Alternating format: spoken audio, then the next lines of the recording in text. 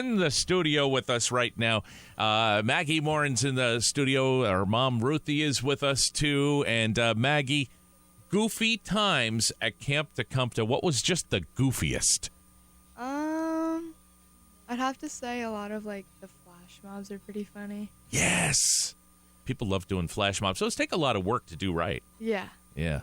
A lot of fun, and it was fun. Remember the time they did the flash mob on Church Street Marketplace? Oh, yeah, I remember that. Very cool. All right, you're 16 years old and... 14. 14? Are you really? Yeah. I just assumed. So, and what school do you go to? BFA St. Albans. So that's why you were at the Powder Puff football game. Yeah. First year they had that, they had me dress in a BFA cheerleader's outfit. Did they really? Yeah, and I'll never forget. I was running up to be with Dan Marlowe up in the speakers box, and we're running up the stairs, and Mark is behind me, and he's running up the stairs. He goes, "John, do you have shorts on underneath that skirt?" And I turned around and I said, "Am I supposed to?" It was quite the show for everybody. Oh, yeah. Oh, yeah. And but it's a great event. Do you do anything with that game, or are you just there to watch? Or everybody goes to it, like a lot of people do, and the seniors can only play in it, like senior girls. Okay, I know a lot of those girls are going to be coming in later on this morning.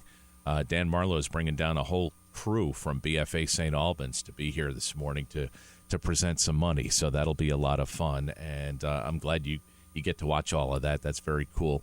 Take us back on your cancer journey just a little bit. Tell us exactly how it happened, how old you were, all that. So I have neuroblastoma, and I was 3 months old when I was diagnosed. And I don't know. I don't really remember it because I was a baby. Okay.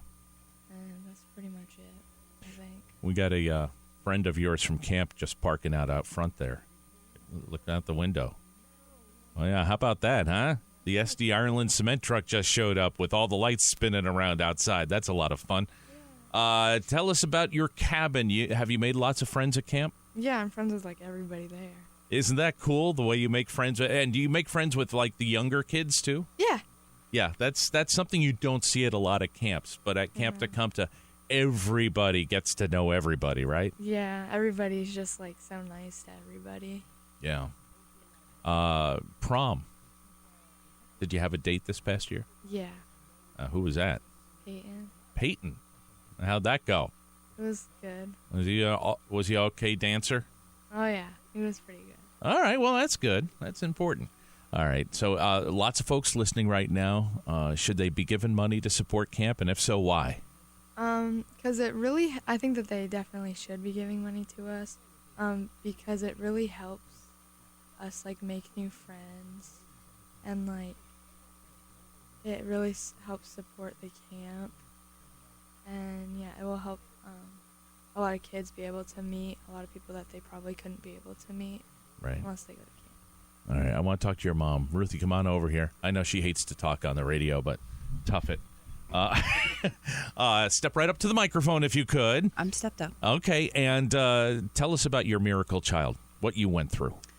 So when Maggie was about 3 months old, we had to fight with a couple doctors for them to figure out what was wrong with her. But luckily, Dr. Chip at Mousetrap knew exactly what was going on, and we were in the hospital within a day in surgery.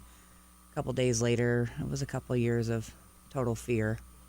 And then camp came along and got to know some of the other moms, and we all went through the same thing, so we've offered each other support even today. I'm in communication with a lot of the moms. We get together. We have, mom's dinner. While the kids are at camp, we all get together and awesome. Go to Chili's and hang out. Yeah. And just be support for each other. Tableside guac?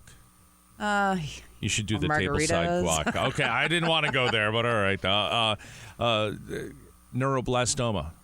That is one of those things you hear and you say, what? What's this girl doing here? Yeah, right? They didn't give her a good prognosis to begin with, and she just beat every odd that there was. So she's with us, and she's great, and she offers a lot of support to the other kids. She actually just hung out at the mall with Peyton, which I didn't realize was her prom date. Wait, now we see. Yeah, But I enjoy the fact that the kids all support each other. Some are in remission, some aren't, and they all support each other. I find her on the phone at night, late at night. I'm like, what are you doing? She's like, oh, I'm talking to so-and-so. I'm like, oh, okay. Knowing that it's a kid from camp and not just some, teenager phone call. As an organization, why does camp need to be supported by this community? Because the kids don't have that kind of support. You can send them to therapy. The best therapy is other kids who have been through what they're going through.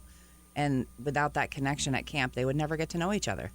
I mean, chemo happens at different ages and treatments are at different times. They would never cross paths, where now the kids having another 14-year-old talk to another 14-year-old about what they went through.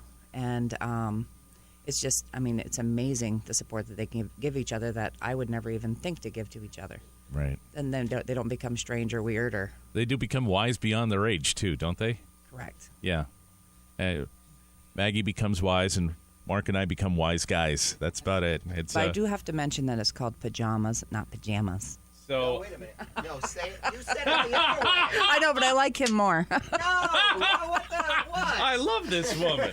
I've decided that the word is going to, from now on, be pronounced pajamas.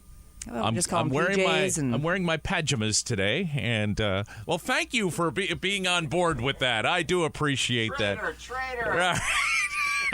I'm gonna let you guys go because they want to do a live shot on Channel 5 with you two. So why don't you guys go on out? And she's standing right there at the door with a microphone, so you better hurry. Thank you very much.